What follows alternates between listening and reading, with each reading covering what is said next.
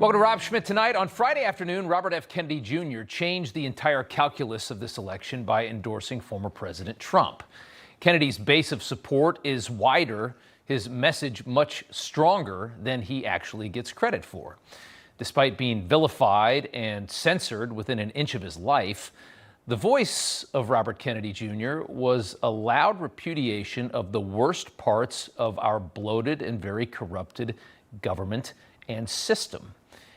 Anyone who's listened to Kennedy's message knows he is undeniably honest and he is very real, which is why it's been so critical for the machine to try and suppress his voice at every turn.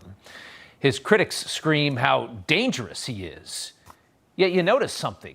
Nobody is willing to debate him on any topic. And that tells you everything. Kennedy is the bridge between the populists in both major American political parties, uniting those of us who are awake and realize we do have existential threats in this country. It's just that Donald Trump is not one of them. Here's Kennedy talking about the moment that he and Trump agreed to align on Friday night. We talked about Abraham Lincoln's team of rivals. That arrangement would allow us to disagree publicly and privately and fiercely, if need be, on issues over which we differ, while working together on the existential issues upon which we are in concordance, like ending the forever wars, ending the childhood disease epidemics, securing the border, protecting freedom of speech, unraveling the corporate capture of our regulatory agencies, getting the U.S. intelligence agencies out of the business of propagandizing and censoring and surveilling Americans and interfering with our elections. So Kennedy's message resonates with Democrat and independent voters who are sick of watching their country limp along under feeble and corrupted leadership, watching our State Department flirt with nuclear war, our children looking at a future that'll be poorer than ours was, an overdrugged, overweight society full of sick people and anxiety-ridden kids, a nation on a downward spiral as our politicians feed you empty lines about our greatness. Now, these issues that he has have no real political party, and that is how he's going to help Trump to win. His platform, Trump's platform, and now the Kennedy-Trump platform, is real. The other platform just plainly is not, and even the dumbest Americans can spot a fake in this country. Earlier today, Trump invited former Democrat Congresswoman Tulsi Gabbard to the stage during his speech to National Guard service members. Tulsi spoke about another existential threat that she's very concerned about with our current government and the people that are leading it, and that is the threat of world war. But no, she's a special person. She's got great common sense, great spirit. She loves our country, and she loves the people in this room. Tulsi Gabbard. Tulsi, please. This administration has us facing multiple wars on multiple fronts and regions around the world, and closer to the brink of nuclear war than we ever have been before.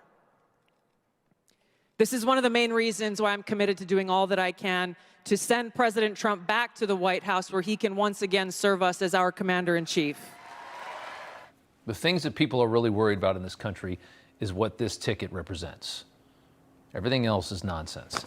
Tulsi Gabbard endorsed Trump and joined the campaign to keep the United States from shoving its collective face into a fan by electing Kamala Harris to lead the free world.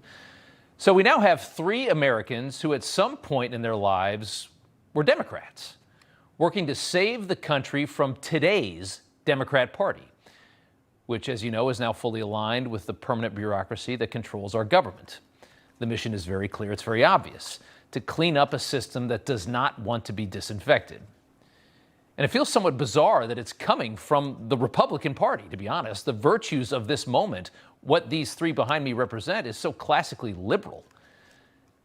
But the party system is now antiquated. It's now populism versus a corrupted establishment. And every day, more and more Americans of all political stripes are finally unplugging from the matrix. And the machine, of course, is panicked.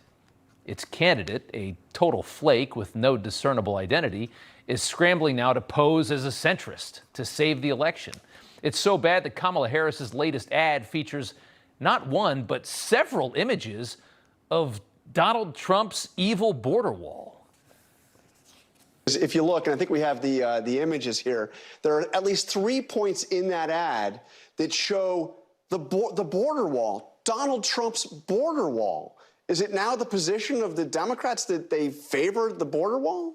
Well, you can ask the Harris campaign about that ad. That's the first that I've seen it. Bernie had no idea how to respond to that one.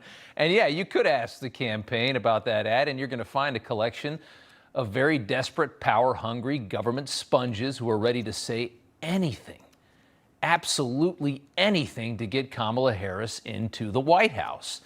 There is no clear indication of how fraudulent their outrage has been over Trump's immigration policies. Outrage that we've seen for 8 years straight now. No clear indication how fake all of that was, and the fact that Kamala Harris is now trying to, in some weird way, take credit for Trump's wall, putting it up there with border state prosecutor, tough on crime. Are you kidding me? Remember AOC crying at the border? Those ridiculous images in her white dress. Oh my God, the humanity. How many in the media and the Democrat Party have dubbed Trump a fascist for his immigration plans? It's unbelievable. Here was Kamala herself back in 2018. Are you aware of the perception of many about how the power and the discretion at ICE is being used to enforce the laws? And do you see any parallels? That puts ICE in the same category as the KKK. Is that what you're asking me?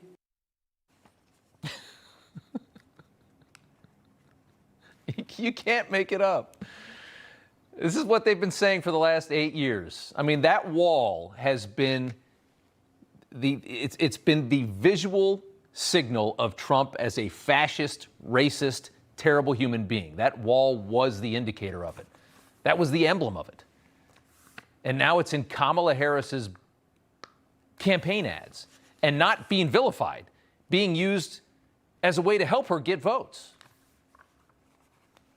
What a moment.